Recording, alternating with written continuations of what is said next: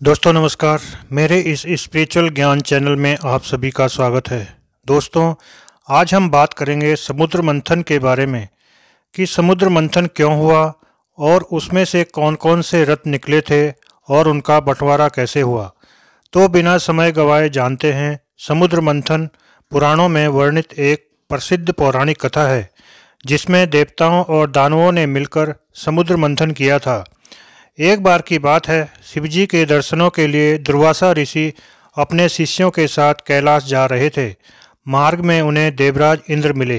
इंद्र ने दुर्वासा ऋषि और उनके शिष्यों को भक्तिपूर्वक प्रणाम किया। तब दुर्वासा ने इंद्र को आशीर्वाद देकर विष्णु भगवान का पारिजात पुष्प प्रदान किया। इंद्रासन के गर्भ में चूर इंद्र ने उस पुष्प को अपने ऐरावत हाथी के मस्तक पर रख दिया। उस पुष्प का स्पर्श होते ही ऐरावत सहसा विष्णु भगवान के समान तेजस्वी हो गया। उसने इंद्र का परित्याग कर दिया और उस दिव्य पुष्प को कुचलते हुए वन की ओर चला गया। इंद्र द्वारा भगवान विष्णु के पुष्प का तिरस्कार होते देखकर दुर्वासा ऋषि के क्रोध की सीमा न रही। उन्होंने देवराज इंद्र को से हीन हो जाने का श्राप दे दिया। दुर्वासा मुनि के श्राप के फलस्वरूप लक्ष्मी उसी क्षण स्वर्गलोक को छोड़कर अदृश्य हो गई। लक्ष्मी के चले जाने से इंद्र आदि देवता निर्मल और श्रीहीन हो गए। उनका वैभव लुप्त हो गया।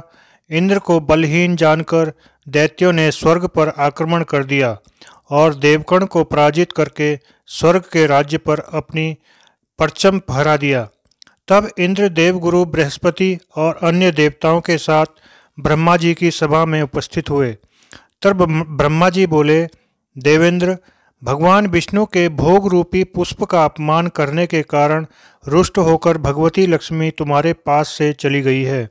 उन्हें पुनः प्रसन्न करने के लिए तुम भगवान नारायण की कृपा दृष्टि प्राप्त करो। उनके आशीर्वाद से तुम्हें खोया वैभव पुनः मिल जाएगा। इस प्रकार ब्रह्मा जी ने इंद्र को आश्वस्त किया और उन्हें लेकर भगवान विष्णु की शरण में पहुँचे। वहाँ परब्रह्म भगवान विष्णु भगवती लक्ष्मी के साथ विराजमान थे।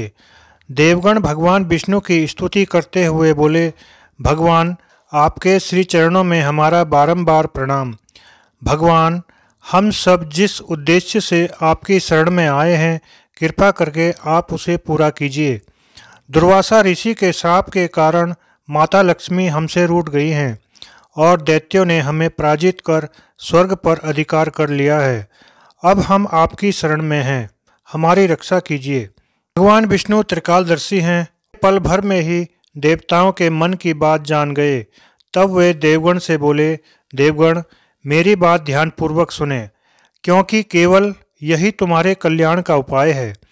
दैत्यों पर इस समय काल की विशेष कृपा है, इसलिए जब तक तुम्हारे उत्कर्ष और दैत्यों के पतन का समय नहीं आता, तब तक तुम उनसे संधि कर लो। क्षीर सागर के गर्भ में अनेक दिव्य पदार्थों के साथ साथ अमृत भी छिपा है। उसे पीने वाले के सामने मृत्यु भी पराजित हो जाती है। इसके लिए तुम्हें समुद्र मंथन करना होगा।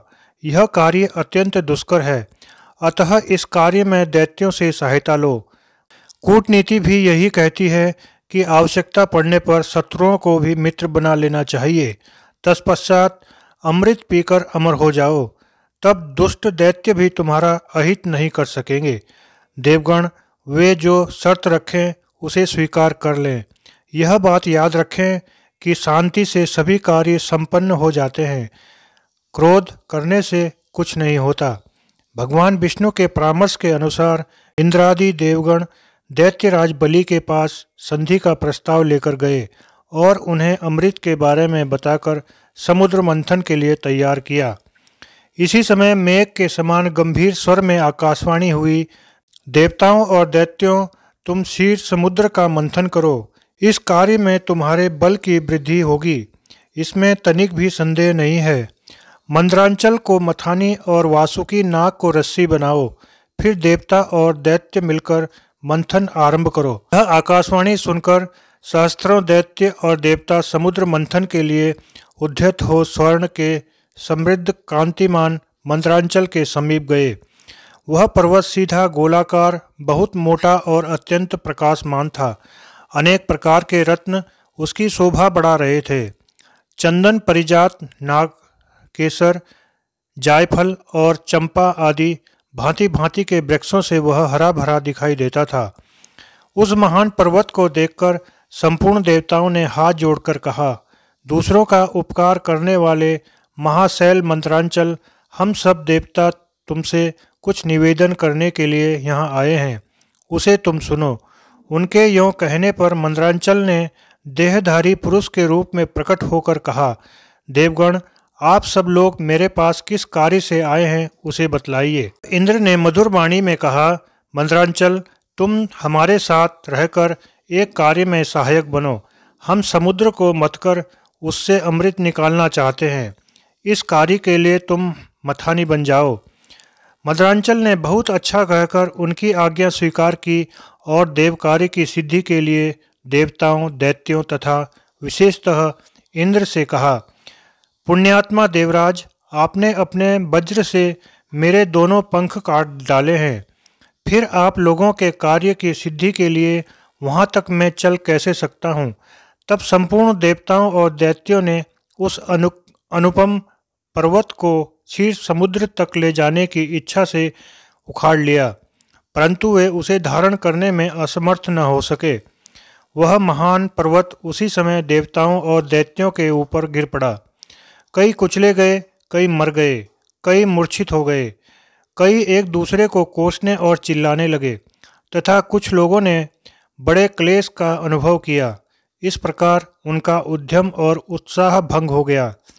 वे देवता और दानव सचेत होने पर जगदीश्वर भगवान विष्णु की स्तुति करने लगे। शरणागत वत्सल महाविष्णु, हमारी रक्षा कीजिए, रक्षा कीजिए। आपने ही इस संपूर्ण चराचर जगत को व्याप्त कर रखा है। समय देवताओं का कार्य सिद्ध करने के लिए गरुड़ की पीठ पर बैठे हुए भगवान विष्णु सहसा वहाँ प्रकट हो गए। वे सबको अभय देने वाले हैं। उन्होंने देवताओं और दैत्यों की ओर दृष्टिपात करके खेल खेल में ही उस महान पर्वत को उठाकर गरुड़ की पीठ पर रख लिया।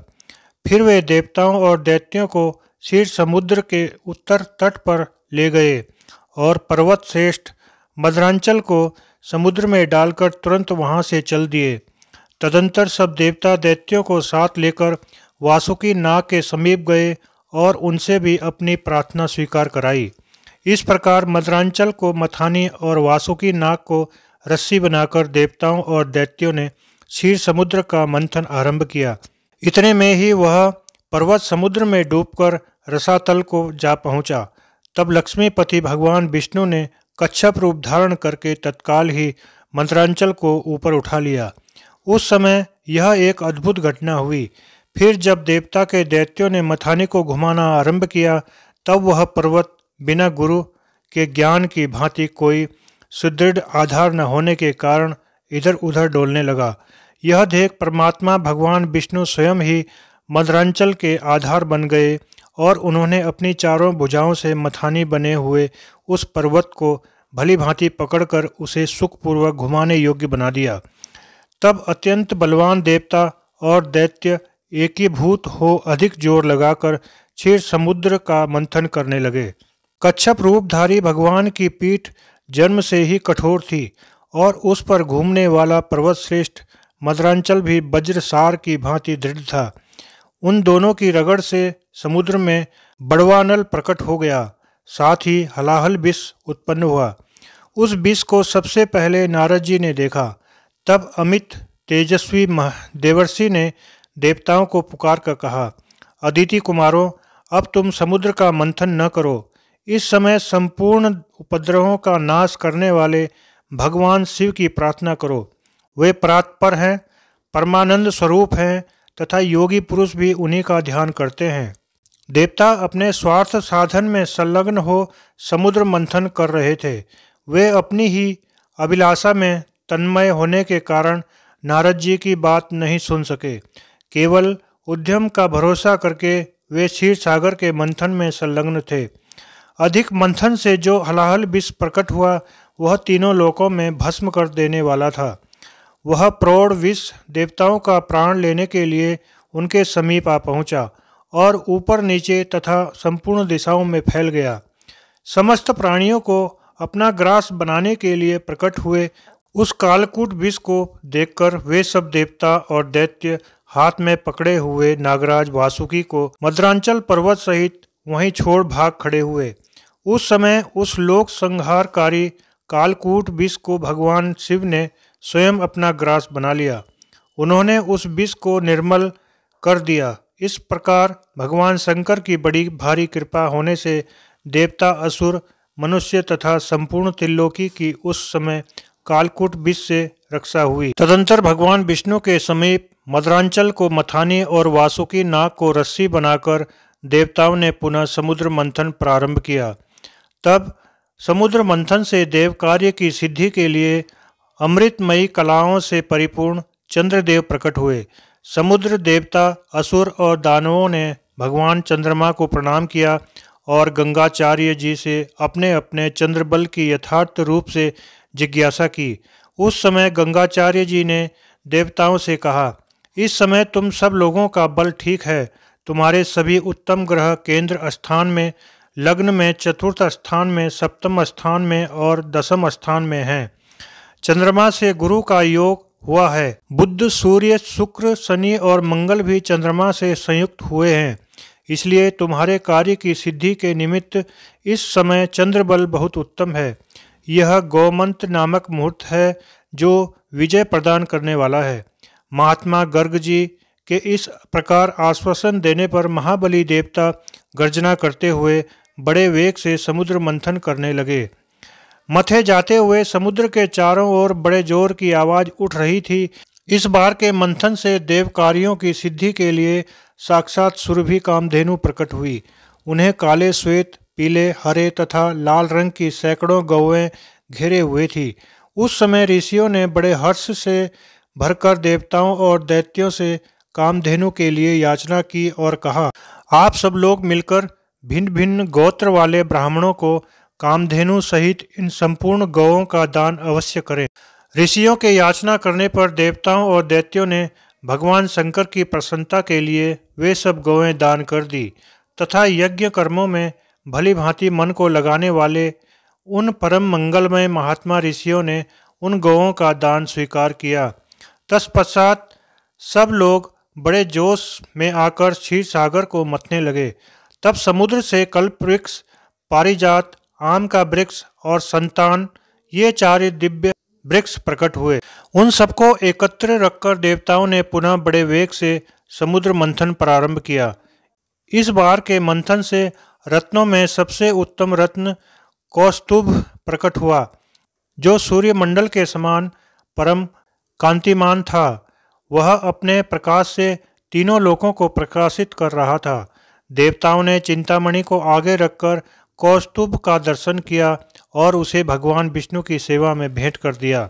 तदंतर चिंतामणि को मध्य में रखकर देवताओं और दैत्यों ने पुनः समुद्र को मथना आरंभ किया। वे सभी बल और बड़े चढ़े थे और बार बार गर्जना कर रहे थे। अब की बार उसे मथे जाते हुए समुद्र से उच्चेश्वरवा नामक अश्व प्रकट हुआ।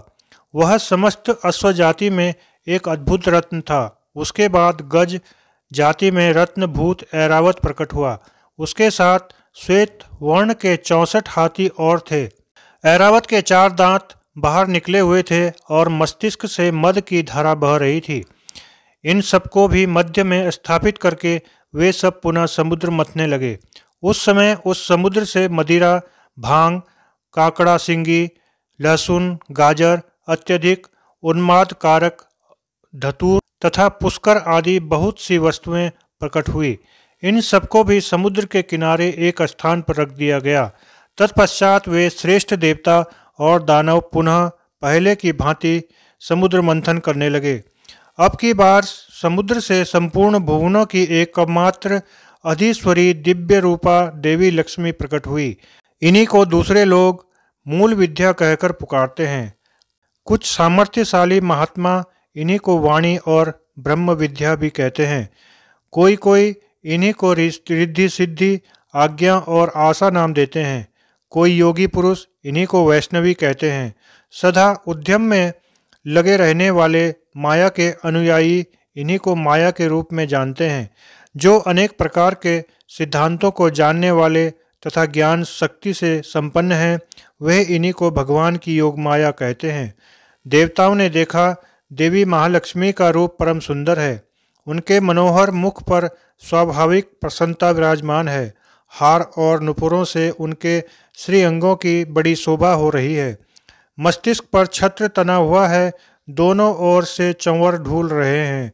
जैसे माता अपने पुत्रों की ओर स्नेह और दुलार भरी दृष्टि से देखती है, उसी प्रकार सती महालक्ष्मी ने देवता, दानव, सिद्ध, चारण और नाग आदि संपूर्ण प्राणियों की ओर दृष्टिपात किया। माता लक्ष्मी की कृपा दृष्टि पाकर संपूर्ण देवता उसी समय श्री संपन्न हो गए। वे तत्काल राज्याधिकारी के शुभ लक्षणों से संपन्न दिखाई देने लगे। तदंतर देवी लक्ष्मी ने भगवान मुकुंद की ओर देखा। उनके श्रीअंग तमाल के समान श्याम वर्ण थे। कपोल और नासिका बड़ी सुंदर थी। वे परम मनोहर दिव्य शरीर से प्रकाशित हो रहे थे। उनके वक्षस्थल में श्रीवत्स का चिन्ह सुशोभित था। भगवान एक हाथ में कौमोद की गदा शोभा पा रही थी। भगवान नारायण की उस दिव्य शोभा को देखते ही लक्ष्मी जी आश्चर्यचकित हो उठी और हाथ में वनमाला ले सहसा हाथी से उतर पड़ी। वह माला श्री जी ने अपने ही हाथों बनाई थी। उसके ऊपर भ्रमर मंडरा रहे थे। देवी ने वह सुंदर वनमाला परम पुरुष भगवान विष्णु के कंठ में पहना दी और स्वयं उनके वाम भाग में जाकर खड़ी हो गई। उस शोभाशाली दंपत्ति का वहां दर्शन करके संपूर्ण देवता, दैत्य, सिद्ध, अप्सराएं, किन्नर तथा चारणगण परम आनंद हो प्राप्त हुए। लक्ष्मी द्वारा विष्णु वरण के बाद समुद्र मंथन से कन्या के रूप में वारुणी प्रकट हुई, जिसे दैत्यों ने ग्रहण किया। फिर एक के पश्चात एक चंद्रमा, पारिजात, वृक्ष और शंख निकले और अंत में धन्वंतरी वैद्य अमृत का घट लेकर प्रकट हुए। धन्वंतरी के हाथ से अमृत को दैत्यों ने छीन लिया और उसके लिए आपस में ही लड़ने लगे। देवताओं के पास दुर्वासा के शापवश इतनी शक्ति नहीं रही थी कि वे दैत्यों से लड़कर उस अमृत को ले सकें। इसलिए वे निराश खड़े हुए उनका आपस में लड़ना देखते रहे। देवताओं की निराशा को देखकर भगवान विष्णु तत्काल मोहिनी रूप धारण कर आपस में लड़ते दैत्यों के पास पहुँचे। उस विश्व मोहिनी रूप को देखकर दैत्य तथा देवताओं की तो बात ही क्या, स्वयं ब्रह्मज्ञानी कामदेव को भस्म कर देने वाले भगवान शंकर भी मोहित होकर उनकी ओर बार बार देखने लगे। जब दैत्यों ने उस नवयौवना सुंदरी को अपनी ओर आते देखा, तब वे अपना सारा झगड़ा भूलकर उसी सुंदरी की ओर कामासक्त होकर एकटक देखने लगे। वे दैत्य बोले, हे सुंदरी, तुम कौन हो? लगता है कि हमारे झगड़े को देखकर उसका निपटारा करने के लिए ही हम पर कृपा कटाक्ष कर रही हो। आओ सुबगे, तुम्हारा स्वागत है। हमें अपने सुंदर कर कमलों से यह अमृत पान कराओ। इस पर विश्व मोहिनी रूपी विष्णु ने कहा, हे देवताओं और दानवों, आप दोनों ही महर्षि कश्यप जी के पुत्र होने के कारण भाई भाई हो, फिर भी परस्पर लड़ते हो। मैं तो स्वेच्छाचारिणी स्त्री हूँ। बुद्धिमान लोग ऐसी स्त्री पर कभी विश्वास नहीं करते, फिर तुम लोग कैसे मुझ पर विश्वास कर रहे हो? अच्छा यही है कि स्वयं सब मिलकर अमृत पान कर लो। विश्व मोहिनी के ऐसे नीति कुशल वचन सुनकर उन कामांध दैत्यों, दानवों और असुरों को उस पर और भी विश्वास हो गया। वे बोले, सुंदरी, तुम पर पूर्ण विश्वास करते हैं। तुम जिस प्रकार बांटोगी हम उसी प्रकार अमृत पान कर लेंगे। तुम ये घट ले लो और हम सभी में अमृत वितरण करो। विश्व मोहिनी ने अमृत घट लेकर देवताओं और दैत्यों को अलग अलग पंक्तियों में बैठने के लिए कहा। उसके बाद दैत्यों को अपने कटाक्ष से मदहोश करते हुए देवताओं को अमृत पार कराने लगी। दैत्य उनके कटाक्ष से ऐसे मदहोश हुए कि अमृत पीना ही भूल गए। भगवान की इस चाल को राहु नामक दैत्य समझ गया। वह देवता का रूप बनाकर देवताओं में जाकर मिल गया और प्राप्त अमृत को मुख में डाल लिया। जब अमृत उसके कंठ में पहुंच गया तब चंद्रमा तथा सूर्य ने पुकार कर कहा कि ये राहु दैत्य है। यह सुनकर भगवान विष्णु ने तत्काल अपने सुदर्शन चक्र से उसका सर गर्दन से अलग कर दिया। अमृत के प्रभाव से उसके सिर और धड़ राहु और केतु नाम के दो ग्रह बनकर अंतरिक्ष में स्थापित हो गए। वे ही बैर भाव के कारण सूर्य और चंद्रमा का ग्रहण कराते हैं। इस तरह देवताओं को अमृत पिलाकर भगवान विष्णु वहां से लोप हो गए। उनके लोप होते ही दैत्यों की मदहोशी समाप्त हो गई। वे अत्यंत क्रोधित हो देवताओं पर प्रहार करने लगे। भयंकर देवासुर संग्राम प्रारंभ हो गया, जिसमें देवराज इंद्र ने देवराज बलि को परास्त कर अपना इंद्रलोक वापस ले लिया। इस तरह समुद्र मंथन की मिथकीय घटना के बाद जो 14 रत्न प्राप्त हुए, उनमें श्री, मणि, रंभा, वारुणी, अमीय, शंख, गजराज, धेनु, धनुष, शशि, कल्पतरु, धनतरी, विष, वाज आदि हैं। दोस्तों, आशा करता हूँ आपको यह वीडियो पसंद आई होगी। वीडियो को लाइक और शेयर कीजिए और चैनल को भी सब्सक्राइब कीजिए। धन्यवाद।